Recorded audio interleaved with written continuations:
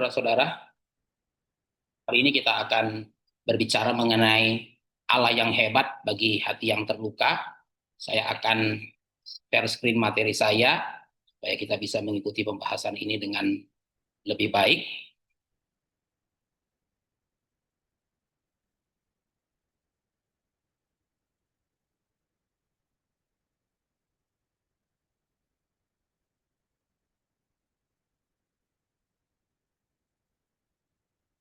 Seperti yang tadi sudah diperkenalkan, saya adalah Pendeta Calvin Bangun. Saat ini saya melayani di kota Manado, tapi juga menjadi dosen di Sekolah Tinggi Teologi Reform Injili Internasional. Jadi bagi saudara-saudara yang ada di Indonesia bagian timur, kita satu zona waktu, sedangkan bagi saudara-saudara yang ada di Indonesia bagian barat, kita berbeda 1 jam. Saudara-saudara, ya, tema yang akan kita bahas pada malam hari ini adalah tema yang sangat penting, dan saya akan mengkaitkannya dengan konseling. Ya, saudara-saudara, sekalipun kita hari ini akan berbicara secara teologis, tapi nanti saya akan mengkaitkannya dengan hal yang praktis. Ya, salah satu hal yang praktis dalam kehidupan kita adalah mengenai konseling. Ya, bagaimana kita mengkonseling hati yang terluka, atau bagaimana kita mengkonseling diri kita yang sedang mengalami luka. Saudara-saudara, ya, saya akan mulai dulu dengan mengajak kita melihat mengenai hati yang terluka. Saudara-saudara, luka itu adalah bagian kehidupan. Saya percaya tidak ada orang yang hatinya tidak pernah terluka. Saudara-saudara, ya, saudara-saudara kasih Tuhan, ya, kita mungkin sudah berkali-kali mengalami hati yang terluka. Jadi saudara-saudara, saya percaya tidak ada orang yang imun dari isu ini, saudara-saudara, ya, wounded heart, saudara-saudara, ya, hati yang terluka. Ya, saudara-saudara, semakin dewasa ya kita semakin sering mengalami hati yang terluka. Mungkin saking seringnya saudara-saudara Tuhan sehingga kita sudah merasa biasa saja, ya saudara-saudara, atau kita sudah merasa kebas dengan hati yang terluka tersebut. Saudara-saudara, jangankan bicara mengenai hati yang terluka, tubuh yang terluka pun kalau sering dilukai, saudara-saudara, lama-lama mati rasa juga. Nah, saudara-saudara, demikian juga dengan hati yang terluka, saudara-saudara Tuhan, ya. Semakin sering, saudara-saudara Tuhan, ya kita mungkin menjadi makin terbiasa, sehingga saudara-saudara kita merasa saudara-saudara Tuhan sudah mati rasa. Ya, walaupun ini kalimat yang berkontradiksi, saudara-saudara, merasa sudah mati rasa, saudara-saudara, ya. Kalau sudah mati rasa ya nggak bisa merasa lagi. Kalau merasa berarti bukan mati rasa. Tapi saudara paham maksud saya, seringnya, semakin sering. Nah, semakin seringnya kita terluka, ya kita semakin mati rasa. Karena kita sudah mulai terbiasa, ya bahwa hidup ya memang harus begini. Ya ada lukanya. Kalau nggak ada lukanya, ya bukan hidup. Ya saudara-saudara, ya kita terluka di dalam keluarga, kita terluka di dalam pergaulan, ya kita terluka di dalam pekerjaan, saudara-saudara Tuhan. Ya, luka demi luka yang kita alami. Nah, saudara-saudara, saya mengajak kita untuk melihat terlebih dahulu Mazmur 34 ayat 19, ya. Mazmur 34 ayat 19, dan nanti kita lihat ratapan 3 ayat 20. Ada banyak ayat, ya. Saya percaya saudara-saudara Tuhan, ayat-ayat yang membicarakan mengenai hati yang terluka, wounded heart, saudara-saudara, itu tersebar di dalam Perjanjian Lama sampai Perjanjian Baru. Tapi saya hanya mengambil 2 ayat, ya saudara Tuhan, ya. Saya hanya mengambil 2 ayat pada malam hari ini. Yang pertama, mari kita perhatikan Mazmur 34 ayat 19. Saya bacakan untuk kita semua. Tuhan itu dekat kepada orang-orang yang patah hati, dan Ia menyelamatkan orang-orang yang remuk jiwanya. Saya mengajak saudara untuk memperhatikan 2 istilah pada ayat yang ke-19 itu. Yang pertama adalah istilah patah hati. Saudara-saudara, memang kita tidak menemukan istilah hati yang terluka di dalam Alkitab kita, saudara-saudara, ya. Tetapi di dalam Alkitab kita banyak istilah yang sangat dekat dengan hati yang terluka, ya. Salah satunya adalah patah hati, saudara-saudara. Bahasa Inggrisnya itu broken heart. Bahasa Ibrani itu nisberelev, saudara-saudara, ya, nisberelev. Nah, saudara-saudara, istilah patah hati di sini tidak boleh direduksi hanya seperti orang yang diputuskan pacar, ya saudara-saudara, ya. Saudara-saudara, biasanya kata patah hati atau terminologi patah hati itu kan biasanya dikaitkan dengan orang yang diputusin, ya saudara-saudara, ya. Tentu saja tidak salah juga kita mengatakan orang yang diputusin itu patah hati, tapi saudara-saudara, kata patah hati yang digunakan di dalam Alkitab itu lebih dalam daripada sekedar diputusin pacar, saudara-saudara, ya. Saudara-saudara, orang yang putus dari pacar atau diputusin itu kan sering mengatakan, aduh, saya patah hati ini. Saudara-saudara, ya selain karena diputusin pacar, mungkin saudara-saudara kasih tak sampai, ya. kasih tak sampai, ya dia suka tapi orang itu tidak suka, atau saudara-saudara dia suka tapi dia tidak berani mengatakannya sampai orang itu kemudian sama orang lain. Nah, baru kemudian orang mengatakan, waduh kasihan ya dia patah hati. Ya, saudara-saudara, tentu saja kata patah hati bisa digunakan dalam konteks tersebut, tapi kata patah hati di dalam perjanjian lama atau khususnya dalam kitab Mazmur, more than that, ya saudara-saudara, ya lebih daripada sekedar pengalaman-pengalaman seperti itu. Nah, saudara-saudara, nisberelef, ya, lab itu dalam bahasa Ibrani artinya hati, saudara-saudara ya. Nisberelef itu bisa dimengerti atau bisa didefinisikan sebagai keadaan jiwa yang hancur total oleh kesedihan, kehilangan, atau rasa bersalah. Saya ulangi saudara-saudara ya. Nisberelef itu bisa kita mengerti sebagai keadaan jiwa yang hancur total oleh kesedihan, kehilangan, atau rasa bersalah. Jadi lebih daripada sekedar orang yang diputusin atau orang yang kasih tak sampai, saudara Tuhan. Ini menggambarkan jiwa yang hancur total, ya, hancur total oleh karena kesedihan. Ya, saudara-saudara, ya mungkin kita bisa menggambarkan nisberelef ini ketika Yakub mendengarkan Yusuf itu diterkam oleh binatang buas. Mungkin saudara-saudara Tuhan, itu gambaran yang paling mendekati lah ya saudara-saudara ya. Jadi ketika Yakub mendengar Yusuf diterkam oleh binatang buas, dia mengalami yang namanya nisberelef, ya, patah hati, ya, sampai dia mengatakan, ya kalau Yusuf sudah mati ya saya juga mau mati aja, ya, turun ke dalam dunia orang mati. Demikian kata Yakub ketika dia mendengar dari anak-anaknya bahwa Yusuf sudah diterkam oleh binatang buas. Nah, kata yang kedua yang saya ingin saudara dan saya perhatikan itu adalah remuk jiwa. Ya, saudara-saudara, jadi di ayat yang sama, pada satu ayat, saudara-saudara Tuhan, ada dua istilah yang menggambarkan tentang hati yang terluka. Ya, istilah yang pertama yang tadi sudah kita bahas yaitu patah hati, yang kedua adalah remuk jiwa. Bahasa Ibraninya dakeruah. Ya, saudara-saudara, ruah itu dalam bahasa Ibrani artinya jiwa, ya, saudara-saudara, jiwa. Nah, dakeruah, remuk hati, remuk jiwa. Ya, bahasa Inggris itu crush spirit, ya, crush spirit. Ya, saudara-saudara, remuk. Ya, saudara-saudara mungkin pernah melihat bejana yang pecah, ya, saudara Tuhan. Nah, itu yang namanya remuk. Remuk. Ya, saudara-saudara ya, sudah berterbangan ke sana sini. Nah, itu ya, sudah berterbangan ke sana sini. Messy. Ya, saudara mungkin pernah melihat saudara Tuhan kamar yang berantakan kayak kapal pecah orang bilang. Nah, itu saudara-saudara ya, messy. Nah, demikian juga yang disebut dengan remuk jiwa. Ya, kondisi jiwa yang sudah seperti kapal pecah. Ya, saudara-saudara, kapal pecah. Ya, berantakan. Ya. Nah, remuk jiwa itu kita bisa definisikan menjadi kondisi jiwa yang lesu, sudah nggak ada semangat.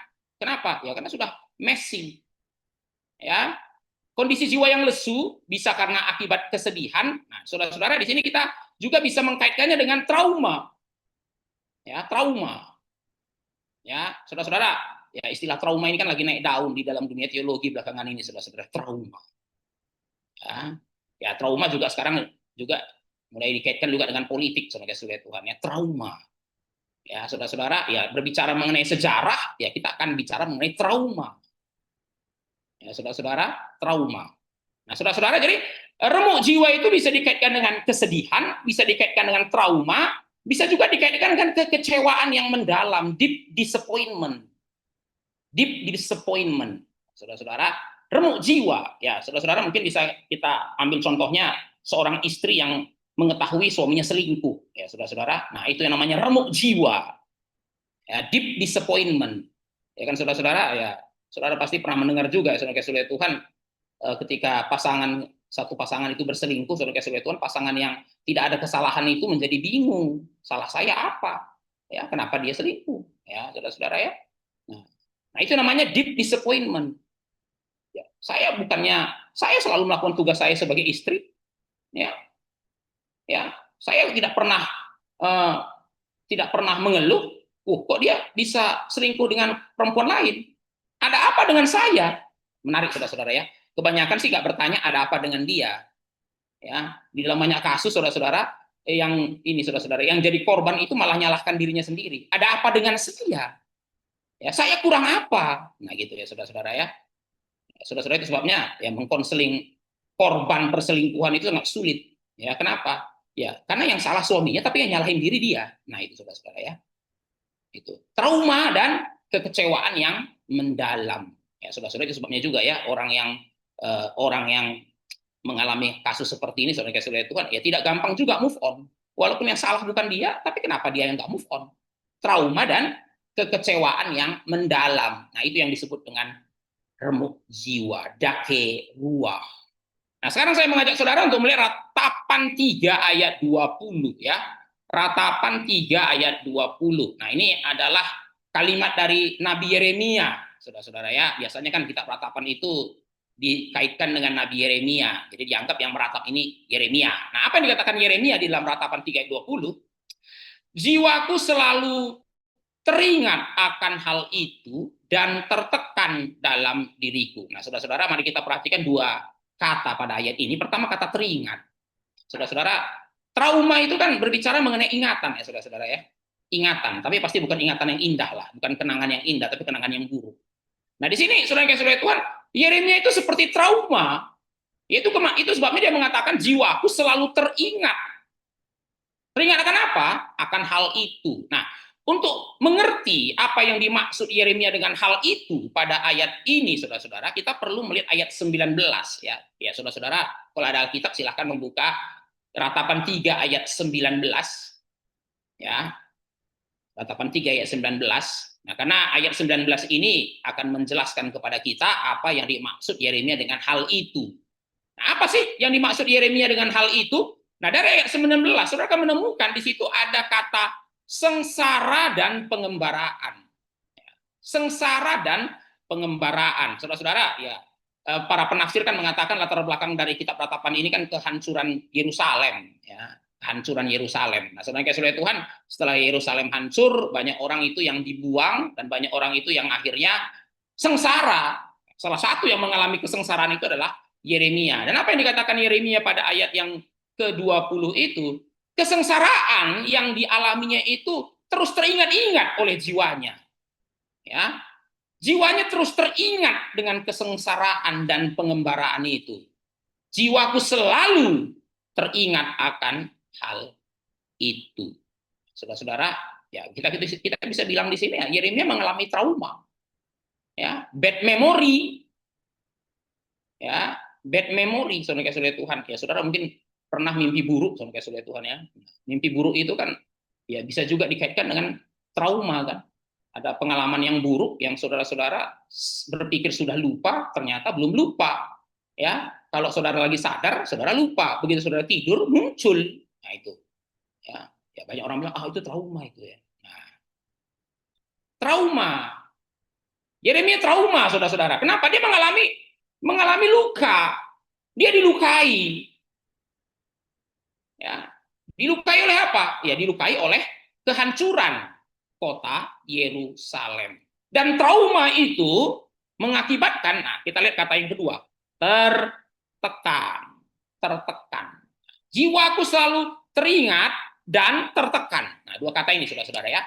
Yeremia mengatakan jiwaku selalu teringat dan tertekan. Ya, saudara-saudara, kata tertekan dalam bahasa Ibrani itu sahah, ya, sahah yang bisa juga didefinisikan sebagai depresi, depresi. Ya, bisa juga definisikan minder. Ya, saking kerasnya tekanan itu membuat dia jadi rendah. Nah, itu merasa rendah diri, tertekan. Ya, saudara-saudara nih, saudara Tuhan, ya walaupun ini sifatnya ceramah ya, mungkin kita bisa relate dengan kondisi kita pribadi ya, saudara-saudara. Apa yang saat ini membuat jiwa saudara teringat? Luka apa yang saat ini, sampai saat ini membuat jiwa saudara teringat? Ya, kalau Yeremia kan lukanya kehancuran kota Yerusalem. Ya. Nah, bagaimana dengan saudara-saudara? Saya percaya saudara-saudara Tuhan, ya sebagian orang itu pasti memiliki pengalaman yang selalu membekas, yang selalu membuat dia ingat, jiwaku teringat. Ya. Saudara-saudara mungkin pernah dikecewakan oleh teman baik, saudara-saudara mungkin mengalami kegagalan dalam bisnis, Ya, saudara-saudara, jiwaku selalu teringat. Nah, saudara-saudara, kalau selalu teringat, ya berarti itu namanya belum move on. Belum move on, saudara kasih Tuhan. Ya, kalau belum move on itu kita bilang lukanya belum sembuh. Ya, saudara-saudara, kita sebagian ada yang lukanya sudah sembuh ya. Artinya ya sudah, bukan nggak ingat lagi ya, sudah masih ingat lah ya, masih ingat ya, tapi tidak lagi berdampak. Tapi mungkin ada di antara kita yang bukan hanya masih ingat dan kasih Tuhan, tapi jadi tertekan. Ya, bukan hanya masih teringat tapi juga jadi tertekan. Nah, saudara-saudara, mari kita lihat bagian yang kedua. Mengapa ada luka? Saudara-saudara ya. Kalau luka itu adalah bagian dari kehidupan, nah pertanyaannya mengapa ada luka? Apakah luka itu sudah ada dari penciptaan? Pasti tidak, saudara Tuhan ya. Saudara-saudara, di dalam teologi reform ya, kita percaya bahwa di dalam penciptaan semuanya sempurna. Ya, ya memang ada sebagian teolog modern, saudara Tuhan, yang mengatakan bahwa di dalam penciptaan pun sudah ada luka. Ya, tapi saudara-saudara, kita tidak mengikuti pandangan itu. Ya, kita di dalam teologi reform yang tradisional mengatakan di dalam penciptaan semuanya sempurna, tidak ada luka. Nah, pertanyaannya, kalau memang dalam penciptaan tidak ada luka, mengapa hari ini ada luka? Hari ini kita terluka. Mengapa kita mengalami hati yang terluka? Ya, saudara-saudara, kita bukan hanya mengalami tubuh yang terluka, tapi kita juga mengalami hati yang terluka. Nah, saudara-saudara, penyebab pertama dari hati yang terluka itu adalah dunia yang terluka. Saudara dan saya hidup dalam dunia yang terluka. Ya, dunia yang terluka, not the way it's supposed to be. Itu buku yang ditulis oleh Cornelius Plantinga, saudara kasih Tuhan. Dia menjelaskan mengenai kejatuhan dalam dosa, dan dia memberi judul bukunya itu Not the Way It's Supposed to Be. Dunia ini tidak lagi seperti yang seharusnya. Ya, seharusnya sih nggak kayak gini gitu ya. Tetapi sekarang ya sudah kayak gini. Nah, kenapa? Ya karena ada dosa. Ya, jadi saudara-saudara, dunia kita ini adalah dunia yang terluka. Terluka oleh apa? Terluka oleh dosa. Ya. Jadi dunia ini bukan hanya sekedar terluka oleh bencana, bukan hanya sekedar terluka oleh polusi, bukan hanya sekedar terluka oleh ketidakadilan. Akar dari segala luka yang ada dalam dunia ini adalah dosa. Ya, saudara-saudara. Nah, ini kita tidak lagi berbicara mengenai dosa pribadi, saudara Tuhan. Ya. Tapi saudara-saudara, kita lagi bicara mengenai dosa kosmik. Ya, kita sebut sebagai fall, kejatuhan. Nah, saya kutip dari Roma 8 ayat 20 dan 22. Saya rasa saudara-saudara pernah membaca bagian ini lah ya, Roma 8, saudara-saudara ya. Nah, Roma 8 ayat 20 saya kutip saja. Di situ Paulus mengatakan, seluruh makhluk telah ditaklukkan kepada kesia-siaan. Nah, saudara garis bawahi kata kesia-siaan. Nah, saudara-saudara, kata kesia-siaan di sini dikaitkan juga dengan pengkhotbah. Ya, saudara-saudara, hidup di bawah matahari. Ya, pengkhotbah bahkan berulang-ulang mengatakan hidup di bawah matahari, hidup di bawah matahari, kesia-siaan, segala sesuatu adalah kesia-siaan. Dan pengkhotbah mengatakan ya, seluruh ciptaan telah ditaklukkan kepada kesia-siaan. Ya, saudara-saudara, kata ditaklukkan itu menunjukkan bahwa tidak ada yang bisa lolos dari kutukan kesia-siaan ini. No matter what you do, ya, bagaimanapun kamu melakukannya, apapun yang kamu lakukan, nggak bisa lolos. Ditaklukkan. Ya, saya kasih ilustrasi saudara-saudara, hukum gravitasi. Sepanjang kita ada di bumi ya saudara-saudara ya kita takluk pada hukum gravitasi. No matter apa yang kita lakukan, jatuh. Ya, hukum gravitasi ditarik ke bawah. Saudara-saudara mau ngapain? Ditarik ke bawah. Oke? Tapi pesawat Pak bisa terbang. Betul, saudara Tuhan. Tapi kalau mesinnya mati, nggak bisa ngapa-ngapain lagi, tarik ke bawah. Ditaklukkan kepada kesia-siaan. No way out. No way out. Nah, itu namanya dunia yang terluka. Ya. Ayat 22. Ayat 22. Di sini Paulus mengatakan, segala makhluk sama-sama mengeluh. Nah, saudara-saudara, garis bawah kata mengeluh, itu bahasa Inggrisnya groan, mengerang. Ya, bukan hanya mengeluh, bukan komplain ya, saudara-saudara ya, tapi mengerang. Bahkan kalau saudara baca kalimat lengkapnya di situ, mengerang seperti orang yang sakit bersalin. Mengerang seperti orang yang sakit bersalin. Jadi saudara-saudara, Paulus mengatakan ya, seluruh dunia ini, seluruh ciptaan ini ditaklukkan. Ya. Bukan kita tidak berusaha membuatnya jadi lebih baik, tapi memang sudah ditaklukkan kepada kesia-siaan. Nah, itu namanya dunia yang terluka. Maka saudara-saudara ya, tidak ada pernikahan yang tidak ada masalah. Ya, tidak ada persahabatan yang tidak ada masalah, tidak ada pekerjaan yang tidak ada masalah. Ya, saudara-saudara, tidak ada institusi yang tidak ada masalah. Semuanya pasti ada masalah. Ya, saudara tidak mungkin tidak terluka, itu maksudnya. Ya, ada orang pikir saudara-saudara ya, di gereja nggak mungkin terluka. Oh, banyak orang yang terluka di gereja. Bahkan sekarang lagi naik daun juga topik ini, saudara-saudara ya. Luka di dalam gereja, ya, saudara-saudara ya. Orang-orang yang menjadi korban dari penyalahgunaan otoritas rohani terluka. Oke. Seluruh makhluk telah ditaklukkan kepada kesia-siaan. Jadi saudara jangan berpikir, wah kalau di gereja tidak ada luka. Salah, saudara-saudara ya. Bisa luka di gereja. Bisa nggak luka kita dengan teman sepelayanan? Oh sering. Nah, saudara-saudara yang ya segala makhluk sama-sama mengeluh, mengeluh kayak ibu-ibu yang mau melahirkan. Wah, berarti sakit banget dong itu ya. Nah, itulah dunia yang terluka. Jadi saudara-saudara, mengapa kita terluka? Ya karena kita berada dalam dunia yang terluka, bukan lagi dunia yang waktu dicipta, bukan lagi seperti dunia waktu dicipta, tapi dunia yang sudah rusak, ya sudah rusak, not the way it's supposed to be. Ya kalau pakai istilahnya orang-orang ini saudara-saudara neo Calvinis, dunia kita ini secara struktur sih masih baik, tapi yang masalah secara arah, ya strukturalnya baik, tapi direksionalnya yang bermasalah, itu ya direksionalnya yang bermasalah. Nah yang kedua, saudara-saudara, penderitaan, saudara-saudara, ya kalau tidak ada dosa tidak ada penderitaan, kan Alkitab bilang begitu ya saudara-saudara. Jadi setelah dunia ini jatuh dalam dosa, maka datanglah penderitaan. Nah kalau kita perhatikan di dalam Alkitab ya, orang benar pun menderita. Yuk, kehilangan harta, anak, kesehatan. Ya, mungkin ada saudara-saudara yang relate dengan kisahnya Ayub ya, kehilangan. Ya, Hana ya menderita juga saudara-saudara ya. Ya walaupun dia tidak kehilangan anak, tapi dia tidak punya anak. Dan selain tidak punya anak, dihina lagi sama istri kedua dari suaminya. Penderitaan. Ya sampai dia berdoa pun sampai nggak keluar suaranya lagi. Ya sampai nggak keluar kata-katanya lagi, sampai orang pikir dia itu lagi mabuk, ya sampai Imam Eli pikir lagi mabuk. Penderitaan, ya tidak bisa berdoa. Yang terakhir, penolakan. Saudara-saudara, kita juga bisa mengalami luka karena penolakan, ya.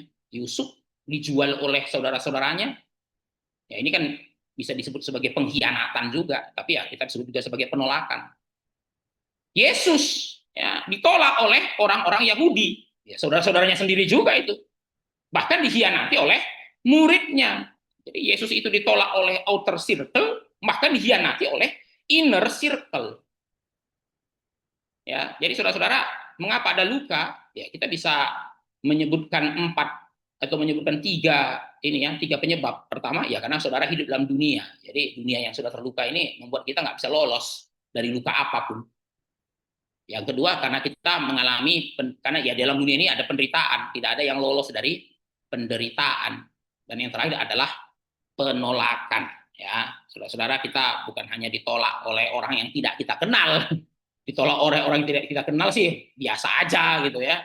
Tapi ditolak oleh orang kita kenal itu yang paling menyakitkan itu. Ya, itu lukanya bisa nggak sembuh-sembuh, bisa trauma kita. Ya, bisa trauma. Saudara-saudara dikasih oleh Tuhan. Nah, mari kita lihat sekarang bagaimana respon manusia terhadap luka-luka ini. Ya, saudara-saudara, kita akan spesifik berbicara mengenai disappointment with God. Ya, disappointment with God.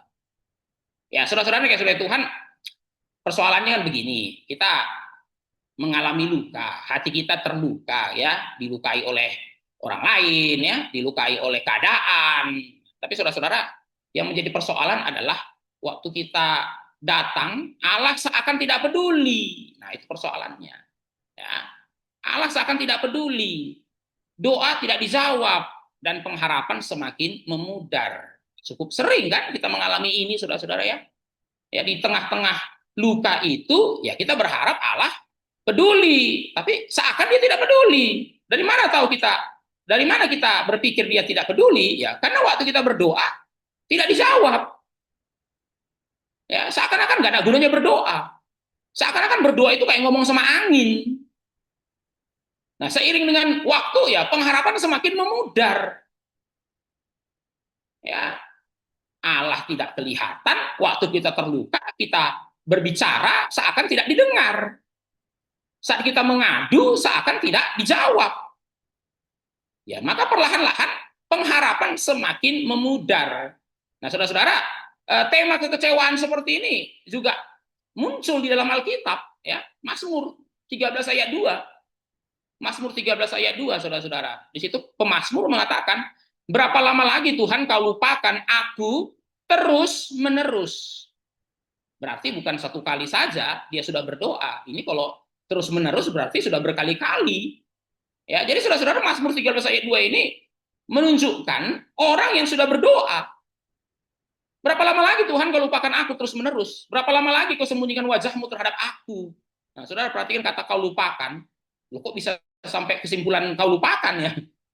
Ya karena dia sudah berbicara kepada Tuhan, dia datang, dia berseru, tidak dijawab. Ya, berapa lama lagi kau sembunyikan? Ya, God hiddenness.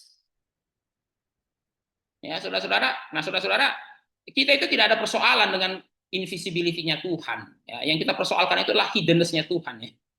Kalau Tuhan nggak kelihatan sih bagi kita, ya namanya juga Tuhan lah ya. Tapi saudara-saudara, yang jadi persoalan itu adalah dia bukan hanya tidak kelihatan, tapi dia kayaknya bersembunyi. Nah, saudara-saudara, bagi kita orang Kristen ya Allah yang tidak terlihat ya tidak ada masalah. Tapi Allah yang menyembunyikan diri, wah itu jadi persoalan. Kenapa dia tidak menjawab doaku? Ya, kenapa saya kayak ngomong-ngomong kayak nggak ada yang dengerin? Nah, saudara-saudara, itu sebabnya ya, kalau saudara perhatikan cukup banyak ya. Orang-orang ateis itu ya sebelumnya adalah orang-orang Kristen, bahkan orang Kristen yang taat, bukan orang Kristen yang KTP, bukan. Tapi kita pikir-pikir dia orang Kristen yang taat loh. Ya saya nggak tahu dia, saudara-saudara ya. Ya kita percayalah ya, dalam teologi reform kan orang yang benar-benar sudah selamat nggak mungkin murtad ya. Ya, tapi saudara kayak Tuhan, kalau kita perhatikan banyak loh yang ateis itu bukan orang-orang yang apa namanya itu yang kekristenannya itu dangkal-dangkal, enggak kok. Ya contoh saudara-saudara yang cukup kontemporer ini kan Bart Ehrman ya, Bart Ehrman. Nah, saudara-saudara, Bart Ehrman ini dulu orang Injili ya. Oh, saya nggak tahu dia reform atau enggak saudara-saudara, tapi dia orang Injili. Dia kuliah di Moody Bible Institute, sekolah tinggi teologi yang sangat Injili. Baru setelah itu dia lanjut ke Wheaton yang sangat Injili. Ya, saudara-saudara, bahkan dia sempat mengajar di sekolah tinggi teologi yang Injili juga dalam bidang perjanjian baru. Tapi saudara-saudara, dia akhirnya jadi ateis. Bahkan banyak tulis buku yang melawan kekristenan. Ya, saudara-saudara. Nah, salah satu bukunya itu adalah God's Problem, itu judulnya, God's Problem. Nah, saudara-saudara, mengapa ya Bart Ehrman itu bisa jadi ateis? Nah, ada yang bilang, saudara-saudara, oh karena dia terlalu banyak mikir, sama kayak Tuhan. Ini ya terlalu banyak mikir, makanya jangan terlalu banyak belajar. Ya, nanti kamu jadi ateis. Ya, sebenarnya enggak, saudara-saudara ya, karena dalam bukunya God's Problem, Bart Ehrman mengatakan titik baliknya jadi ateis itulah setelah melihat penderitaan kok. Khususnya melihat tsunami tahun 2004. Ya, waktu dia lihat tsunami tahun 2004, ya, wah banyak orang mati ya, 200 ribu. Gitu. Terus dia melihat juga anak-anak yang mati kelaparan, ya seperti di Afrika. Terus dia lihat juga kematian akibat perang, penyakit. Ini kenapa ya? Tuhan cipta dunia, tapi kok dunianya kayak gini? Ya, itu yang membuat dia jadi bergumul. Apakah Tuhan itu ada? Kalau ada, kenapa dunia dibiarkan begini? Nah, saudara-saudara, itu sebabnya dia tulis ya di dalam bukunya itu dia mengatakan ya, dalam bukunya God's Problem dia mengatakan bukan masalah yang saya miliki dengan Alkitab, tetapi masalah yang saya miliki dengan Tuhan, masalah penderitaan yang membuat saya meninggalkan iman. Nah itu ya. Jadi saya nggak ada masalah dengan Alkitab. Yang saya ada masalah itu dengan Tuhan. Makanya saya meninggalkan iman. Nah, sebenarnya ya saudara-saudara ya. Jadi orang jadi ateis itu nggak selalu karena intelektualitas. Ya saudara-saudara, tidak selalu orang jadi ateis itu karena pergumulan intelektual. Ya, ada kalanya juga orang itu jadi ateis karena pergumulan eksistensial. Ya. Jadi saudara-saudara, orang seperti ini bukan dia tidak tahu Tuhan ada, tapi dia bergumul. Ya, dan tidak ada jawabannya. Setidaknya dia merasa tidak jawabannya, ya. Ya, itu merasa tidak jawabannya. Jadi secara eksistensial, kalau Allah itu ada, loh kenapa bisa jadi begini? Ya saudara-saudara, setelah Holocaust misalnya ya, Holocaust yang terjadi di Jerman itu banyak orang Yahudi yang jadi ateis. Ya saudara-saudara, Banyak orang Yahudi jadi ateis oleh Tuhan. Dan kalau sudah perhatikan ya, cukup banyak filsuf postmodern itu orang Yahudi loh. Nah, jadi aneh juga saudara-saudara ya. Jadi mereka jadi ateis, ya. Tapi saudara-saudara ateisnya itu ada nuansa religiusnya juga, tapi aneh juga. Nah itu. Jadi tapi kalau saudara perhatikan ya, cukup banyak orang Yahudi setelah Holocaust itu jadi ateis. Ya, karena mereka juga jadi terpukul kan. Selama ini mereka percaya kejadian 1 ayat 1 loh, tapi kenapa kejadian 1 ayat 1 keluaran Laut Merah terbelah, tapi waktu Hitler genosida orang Yahudi sebanyak itu, wah mereka juga jadi nggak jadi bingung. Ya maka muncullah saudara-saudara ya ateisme di dalam orang-orang Yahudi. Ya saudara-saudara, apakah harus begini responnya? Tidak, saudara-saudara ya tidak. Nah saudara-saudara kasih Tuhan, ya tema kita kan Allah yang hebat bagi hati yang terluka. Dan mengapa kita mengatakan Allah itu hebat? Karena dia adalah konselor yang agung. Jadi saudara-saudara, di bagian ini saya akan membahas mengenai Allah sang konselor agung, the great counselor. The great counselor. Nah, saudara-saudara, kata konselor ini memang sulit diterjemahkan ke dalam bahasa Indonesia, ya. Dalam bahasa Inggris, di dalam bahasa Indonesia kita menggunakan kata penasehat, ya, penasihat, penghibur, ya. Ada juga di dalam Perjanjian Baru kata-kata penghibur. Nah, saudara-saudara, di dalam Yesaya 9 ayat 5, ya, saudara-saudara pasti tidak asing lah dengan Yesaya 9 ayat 5, ya. Karena ini kan salah satu nubuat Mesias yang terkenal di dalam kitab Yesaya. Ya, saudara-saudara, apa yang dikatakan oleh Yesaya 9 ayat 5? Namanya disebut orang penasehat ajaib. Wonderful Counselor. Nah, itu adalah sebutan untuk Yesus. Ya. Nah, saudara-saudara, jadi kita perhatikan di sini, Allah itu adalah konselor. Ya. Penasehat yang ajaib, ya. Ya. Wonderful Counselor. Penasehat yang ajaib. Saudara-saudara, kepada siapa dia menjadi penasehat yang ajaib? Siapa yang membutuhkan nasihat dari Allah? Ya. Nah, saudara-saudara menarik sekali ya. Nah, ini kan konteksnya nubuat Mesias ya, saudara-saudara ya, nubuat Mesias, dan kitab Yesaya ini kan mengantisipasi nanti bangsa Yahudi yang sudah pulang dari pembuangan. Ya, saudara-saudara, kalau kita bicara pembuangan kan itu bicara mengenai penjajahan ya, penindasan. Jadi saudara-saudara, bangsa Yahudi yang akan pulang nanti itu adalah bangsa-bangsa orang-orang yang pulang dengan remuk hati, dengan patah hati. Ya, jadi saudara-saudara, bangsa Yahudi itu pernah mengalami patah hati ketika dibuang ke Babel. Nanti waktu Holocaust juga mereka mengalami patah hati, saudara-saudara Tuhan. Ya, saudara-saudara, di dalam Yesaya 9 ayat 5 kita melihat bahwa Mesias itu disebut sebagai wonderful counselor. Siapa yang dikonselingnya? Ya. Nah, mengapa dia disebut wonderful counselor? Ya, salah satu penjelasan yang masuk akal adalah orang-orang Yahudi yang akan pulang itu adalah orang-orang yang pulang dengan letih lesu dan berbeban berat. Mereka pulang dengan trauma. Kok bisa kita jadi bangsa yang dibuang? Kok bisa kita jadi jajahan? Dan kalau saudara tahu kan waktu mereka kembali dari pembuangan pun mereka nggak benar-benar merdeka. Ya, mereka menantikan kapan mereka benar-benar merdeka. Nah, di dalam penantian inilah Tuhan mengatakan bahwa dia akan memberikan kepada mereka Mesias yang disebut sebagai wonderful counselor. Ya, walaupun saudara-saudara, gambaran wonderful counselor ini tidak terlalu dimengerti bangsa Yahudi, maka mereka lebih menyukai Mesias yang mengalahkan warrior. Nah, menarik saudara-saudara ya. Mereka lebih menginginkan Mesias yang warrior, penakluk. Padahal Mesias yang disebut di sini counselor. Counselor. Saudara-saudara, menarik ya. Orang Yahudi itu merasa luka mereka itu hanya bisa disembuhkan dengan menghancurkan orang lain. Nah itu ya, kami dijajah dan kami terluka. Bagaimana menyembuhkannya? Kami menantikan Mesias yang akan menghancurkan bangsa Yahudi atau menghancurkan bangsa-bangsa yang lain. Banyak juga kayak saudara-saudara orang kayak gini kan. Mungkin bisa juga kita kayak gitu. Dan saudara kalau perhatikan ya, banyak orang itu yang karena terluka malah menghancurkan orang.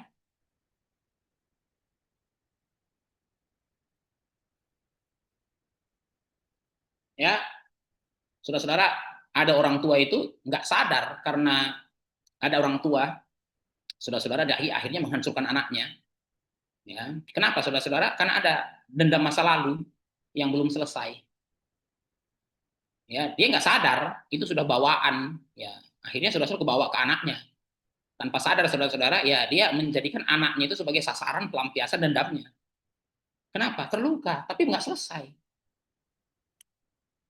Ya, dia terluka, anaknya yang hancur. Ya, kalau kita kan sekarang menyebutnya rantai kekerasan ya. Maka saudara-saudara, kenapa rantai kekerasan itu nggak putus? Karena yang jadi korban jadi pelaku. Dia terluka, dia berpikir cara mengobati lukanya dengan melukai orang. Padahal saudara-saudara yang mereka butuhkan hari itu apa? Konselor.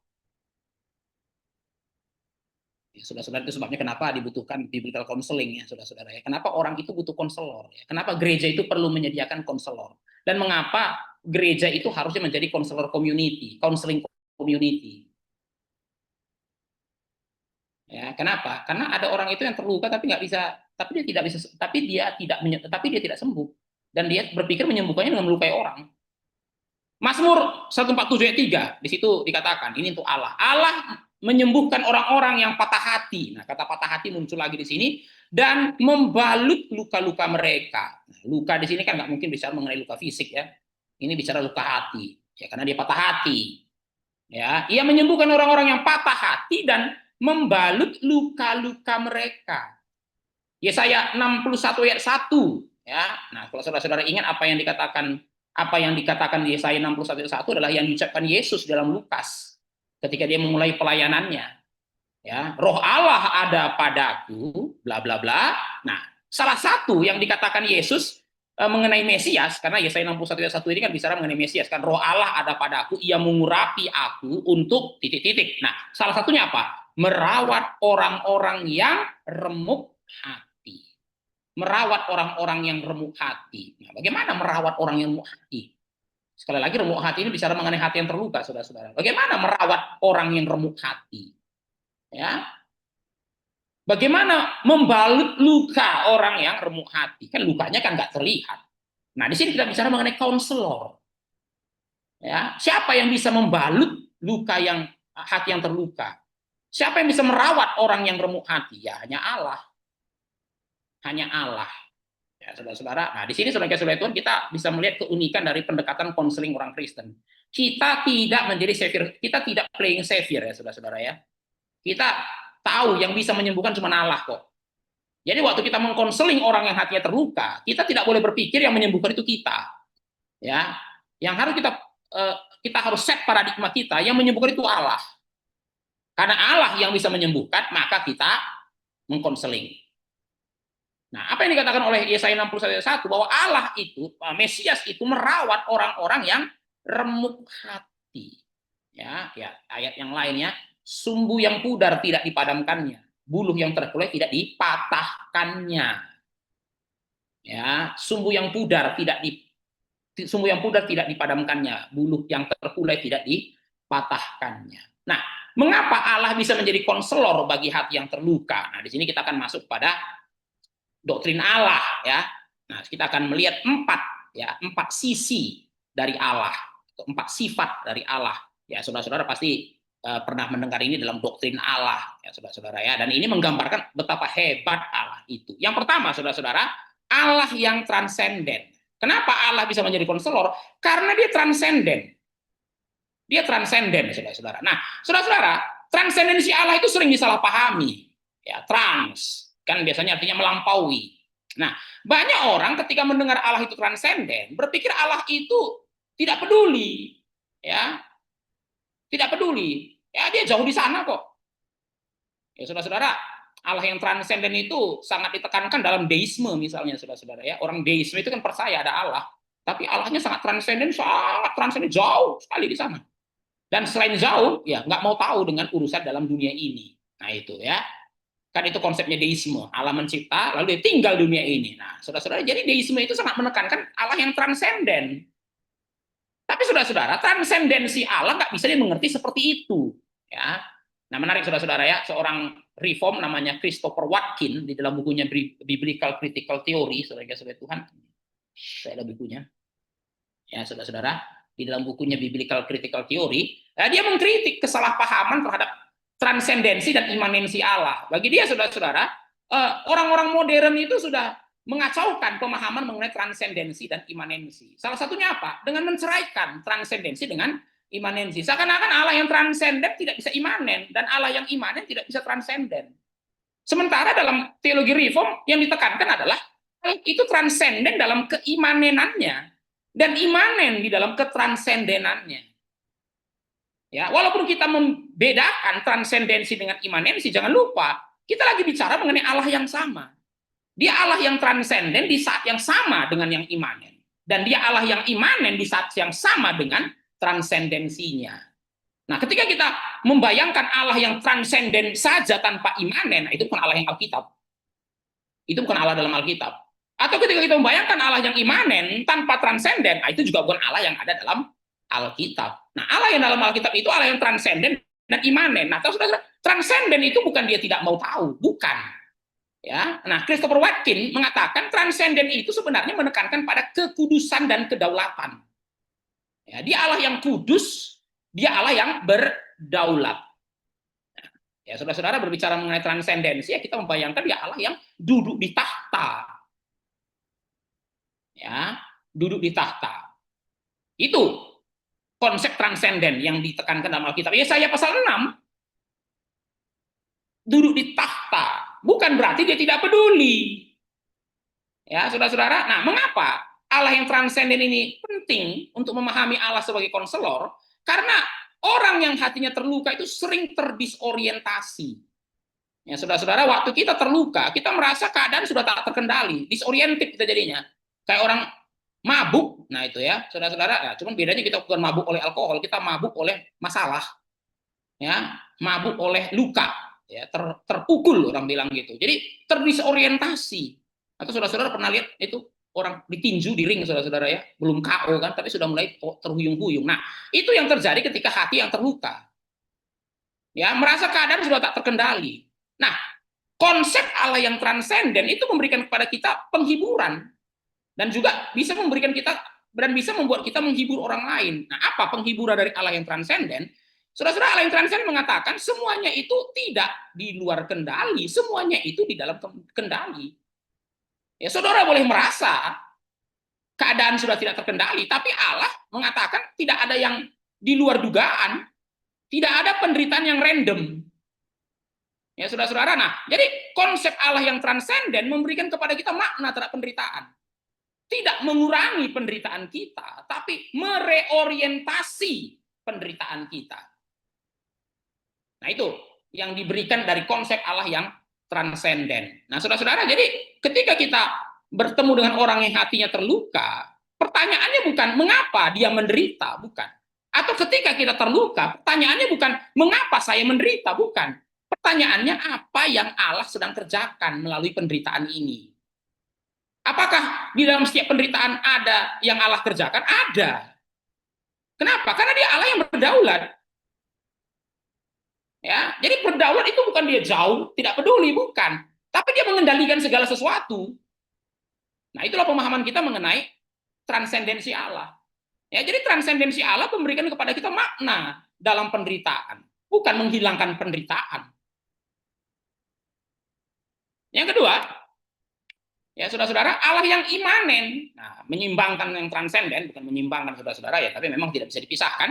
Allah yang imanen, nah imanen itu tidak menghilangkan transendensi, ya, tapi kita perlu mengerti, imanen itu bukan berarti Allah sama dengan ciptaan. Nah itu ya, sampai dia kehilangan keilahiannya, bukan. Nah ini juga masalah di dalam teologi modern. Teologi modern sebagian ya, sebagian teologi modern malah menekankan keimanenannya Allah, ya, keimanennya Allah. Nah saudara-saudara, Allah yang imanen itu bukan dia sama dengan ciptaan, tapi dia peduli dengan ciptaan. Ya, compassion. Ya, jadi imanensi Allah menunjukkan dia peduli dengan ciptaan. Nah, Yesaya 57:15. Ya, nah menarik ya, ayat ini menggabungkan antara yang transenden dengan yang imanen. Aku bersemayam di tempat tinggi, itu kata Tuhan. Nah, dia adalah Allah yang transenden. Dan di tempat kudus. Perhatikan, tempat tinggi dan tempat kudus itu transendensi. Tetapi juga bersama-sama dengan orang yang remuk, ya, dan rendah. Ya, saudara-saudara, orang yang remuk dan rendah. Nah, kata rendah di situ bisa dimengerti dengan diabaikan atau dipinggirkan, disingkirkan. untuk, nah perhatikan, menghidupkan semangat orang yang rendah hati dan menghidupkan hati orang yang remuk. Menghidupkan semangat dan menghidupkan hati. Allah yang hebat. Ya, kenapa dia hebat, saudara-saudara? Karena dia yang tinggi, tetapi dia juga bersemayam dengan orang yang remuk dan rendah hati. Nah, saudara-saudara, sedekat apa Allah dengan luka kita? Kalau dia memang Allah yang imanen, ya, imanen dalam arti dia dekat, saudara-saudara ya, dia dekat. Walaupun dia tetap tinggi, tapi dia tetap dekat. Sedekat apa sih dia dengan luka kita? Nah, saudara-saudara, ini yang tidak ada dalam semua agama, saudara-saudara ya. Ini yang tidak ada dalam semua agama. Apa yang menarik dalam Alkitab, saudara-saudara? Allah kita itu Allah yang tinggi, betul, tapi dia dekat dengan luka kita. Bahkan bukan hanya dekat, dia masuk ke dalam luka kita. Nah, itulah salah satu makna inkarnasi ya, saudara-saudara ya. Salah satu makna inkarnasi apa? Allah masuk ke dalam luka kita dan terluka bersama dengan kita. Allah yang masuk ke dalam luka kita dan terluka bersama dengan kita. Ibrani 4 ayat 15 di situ dikatakan, sebab imam besar yang kita punya bukanlah imam besar yang tidak dapat turut merasakan kelemahan-kelemahan kita. Nah, perhatikan, dia menggunakan bentuk negatif, tidak dapat turut merasakan. Berarti saudara-saudara, imam besar kita turut merasakan. Dan bahasa Yunani turut merasakan simpatos. Ya, patos, saudara-saudara, merasakan. Ya, saudara-saudara, apa yang kita rasakan, dia rasakan. Kelemahan yang kita rasakan, dia rasakan. Sedekat apa Allah dengan luka kita? Pandang pada Kristus. Saudara-saudara, salib adalah bukti Allah begitu dekat dengan luka kita. Ya, saudara-saudara, sampai dia pun disebut sebagai man of sorrow. Itu dalam Yesaya 53 ya, saudara-saudara ya. Manusia yang penuh penderitaan, man of sorrow. Tidak ada luka kita yang asing baginya. Tidak ada luka hati kita yang asing baginya. Dia adalah man of sorrow. Saudara-saudara, yang ketiga, bukan yang terakhir, satu lagi ya. Allah yang menebus. Nah, saudara-saudara, Allah bukan hanya menyembuhkan. Ya, apakah luka kita suatu hari sembuh? Ya. Tapi saat ini sudah sembuh? Belum. Tapi Allah bukan hanya menyembuhkan luka, tapi dia juga menggunakan luka kita. Tadi kan pertanyaannya, apa yang Allah sedang lakukan? Nah, saudara-saudara, Roma 5 ayat 3 sampai 4 ya, saya bacakan ya. Dan bukan hanya itu saja, kita malah bermegah juga dalam kesengsaraan kita. Bermegah dalam kesengsaraan kita, luka kita, karena kita tahu bahwa kesengsaraan itu menimbulkan ketekunan, dan ketekunan menimbulkan tahan uji, dan tahan uji menimbulkan pengharapan. Dan saudara jangan lupa, konteks dari Roma 5 ayat 3 sampai 4 itu apa? Anugerah. Anugerah. Ya, saudara-saudara, Roma 5 ayat 1 kan berbicara mengenai besarnya anugerah Allah. Dan apa dampak dari anugerah yang besar itu? Nah, salah satunya apa? Kita bermegah dalam kesengsaraan kita. Kenapa kita bermegah? Karena kesengsaraan itu menimbulkan ketekunan. Ya, saudara-saudara, kesengsaraan kita tidak wasted ya. Ya, saudara-saudara, jadi bukan hanya menunggu sampai Yesus kembali baru semuanya jadi jelas. Tidak. Di dalam dunia seperti ini pun, ya Allah bekerja melalui kesengsaraan kita. Memakai kesengsaraan kita menimbulkan ketekunan, dan ketekunan itu menimbulkan tahan uji, dan tahan uji menimbulkan pengharapan. Nah, saudara-saudara, melalui penderitaan Kristus, nah anugerah ya, Kristus sudah mati bagi kita. Apa maknanya? Penderitaan Kristus menjadikan penderitaan kita sebagai sarana menjadikan kita serupa dengan Kristus.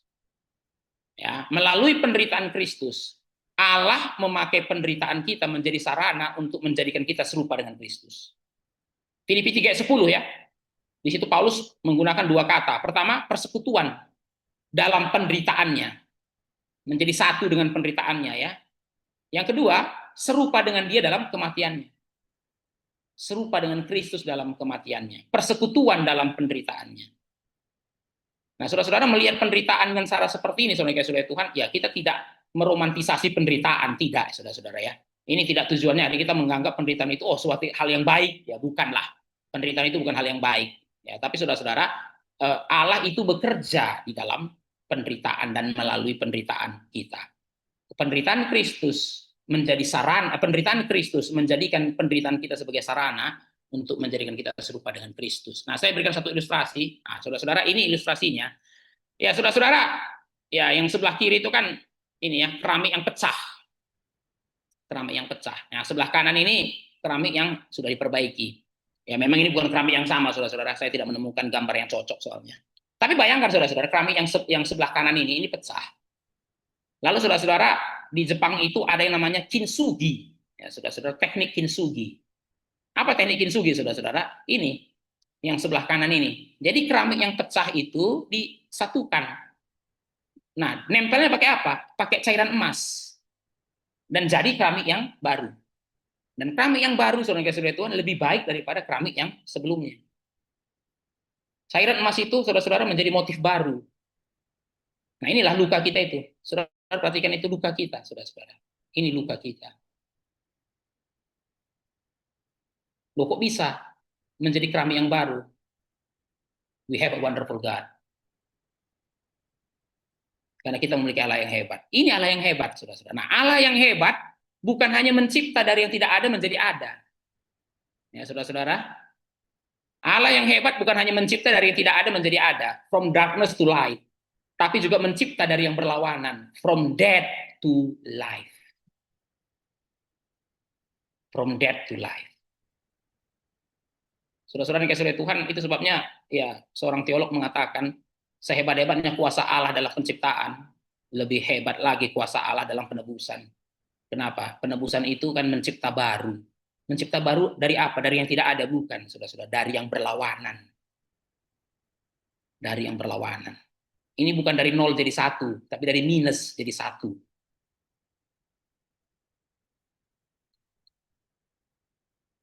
Saudara-saudara, ini yang namanya Allah yang menebus. Dia menebus dosa kita, betul. Nah, di dalam dia menebus dosa kita, saudara-saudara, dia juga menebus luka kita. Luka kita. Nah, saudara-saudara, dalam teologi reform kita mengenal istilah justification dan sanctification. Nah, saudara-saudara, sanctification itu apa? Ya, saudara-saudara, sanctification itu adalah bagian dari penebusan. Menebus apa kita? Bukan menebus status kita sudah ditebus dalam pembenaran. Tapi saudara-saudara, salah satu bagian dari sanctification apa? Menebus luka kita. Luka kita, luka yang sudah ditimbulkan oleh dosa itu. Tapi di dalam sanctification, luka itu ditebus.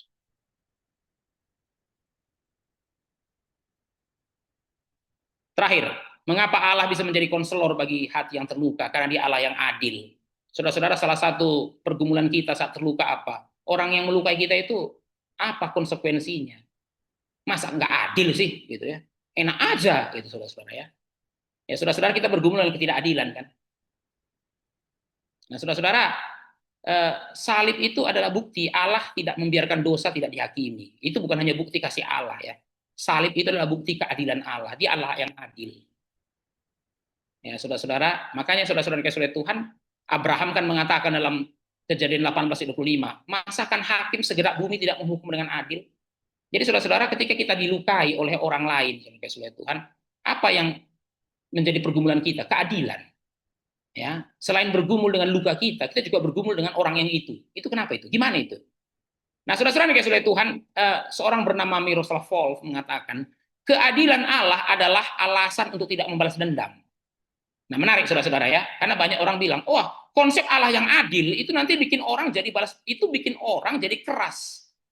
Ya, konsep Allah yang adil itu nanti bikin orang suka membalas dendam, karena dia ingin keadilan. Nah, Miroslav Volf mengatakan salah. Justru Allah yang adil mencegah kita balas dendam. Kenapa? Karena kita tahu, ya walaupun sekarang tidak mendapatkan keadilan, Allah yang adil tidak akan membiarkan dosa begitu saja. Ya, tidak ada dosa yang tidak dihakimi, entah sekarang, entah nanti. Nah, penghakiman temporer atau penghakiman terakhir. Tapi pasti dihakimi. Itu sebabnya saudara-saudara, orang yang percaya pada keadilan Allah tidak akan melakukan kekerasan agama. Nah, itu saudara-saudara argumen dari Miroslav Volf, saudara-saudara ya. Nah, orang kan bilang begini, nah itulah kenapa agama jadi seperti ini. Orang melakukan religious violence. Karena percaya pada konsep Allah yang adil. Maka semuanya akan balas dendam. Oh, Miroslav Volf bilang tidak. Justru kalau kamu benar-benar mengerti Allah yang adil, kamu tidak balas dendam. Kenapa? Karena kamu tahu yang akan membalas itu Allah. Justru kalau kamu tidak percaya Allah itu adil, kamu kamu akan balas dendam. Kenapa? Karena kamu tahu nanti kalau nggak dibalas ya saya balas duluan. Ya, saudara-saudara, tapi kita kalau percaya Allah yang adil, ya kita nggak berpikir untuk balas dendam. Kenapa? Ya, kalau nggak sekarang dihakimi oleh Tuhan, ya nanti ada penghakiman terakhir. Ya, saudara-saudara, Yesaya 61 ayat 3 mengatakan, ya, Yesaya 61 ayat 3 mengatakan untuk mengaruniakan kepada mereka perhiasan. Nah, perhatikan ya, apa yang dilakukan oleh Allah, apa yang dilakukan oleh Sang Konselor Agung itu kepada kita yang terluka. Mengganti perhiasan menjadi, mengganti abu menjadi perhiasan. Mengganti kain kabung dengan minyak. Mengganti semangat yang pudar dengan nyanyian. Supaya orang menyebut mereka pohon terbanting kebenaran. Tanaman Tuhan untuk memperlihatkan keagungannya. Nah, saudara perhatikan abu jadi perhiasan. Ya, saudara-saudara, kata perhiasan itu sebenarnya mahkota ya, karena abu kan orang yang lagi down itu kan abu di kepalanya itu. Lalu Tuhan akan bilang, aku akan ganti abu di kepalamu itu dengan mahkota. Kain kabung itu duka cita, diganti dengan apa? Minyak untuk pesta. Allah yang hebat itu satu-satunya yang bisa jadi konselor kita. Maka saudara-saudara, aplikasinya ini sudah habis waktunya, 1 jam saja kan.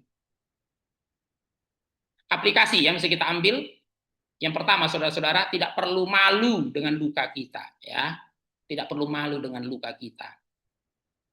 Saudara-saudara, ya kita terluka, tapi kita nggak perlu malu lah, ya.